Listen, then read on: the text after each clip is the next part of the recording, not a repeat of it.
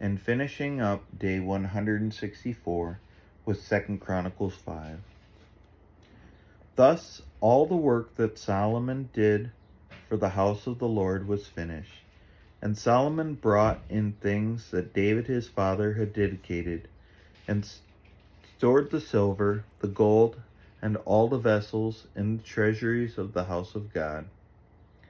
And then Solomon assembled the elders of Israel, and all the heads of the tribes, the leaders of the fathers' houses of the people of Israel, in Jerusalem, to bring up the ark of the covenant of the Lord out of the city of David, which is Zion. And all the men of Israel assembled before the king at the feast that is in the 7th month. And all the elders of Israel came, and the Levites took up the ark.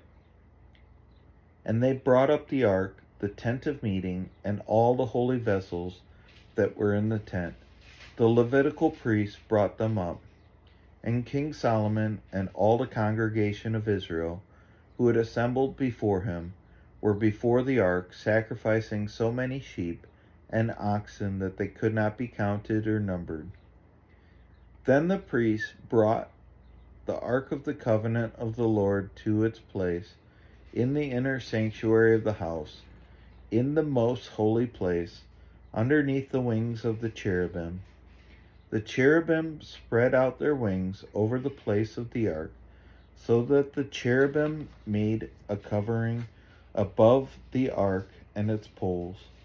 And the poles were so long that the ends of the poles were seen from the holy place before the inner sanctuary, but they could not be seen from outside. And they are there to this day. There was nothing in the ark except the 2 tablets that Moses had put there at Horeb, where the Lord made a covenant with the people of Israel when they came out of Egypt. And when the priests came out of the holy place, for all the priests who were present had consecrated themselves without regard to their divisions, and all the Levitical singers, Asaph, Heman, and Jeduthun, their sons and kinsmen, arrayed in fine linen, with cymbals, harps, and lyres, stood east of the altar with 120 priests who were trumpeters. And it was the duty of the trumpeters and singers to make themselves heard in unison in praise and thanksgiving to the Lord.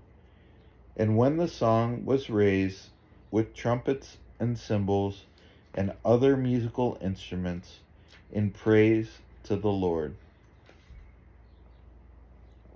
For he is good, for his steadfast love endures forever.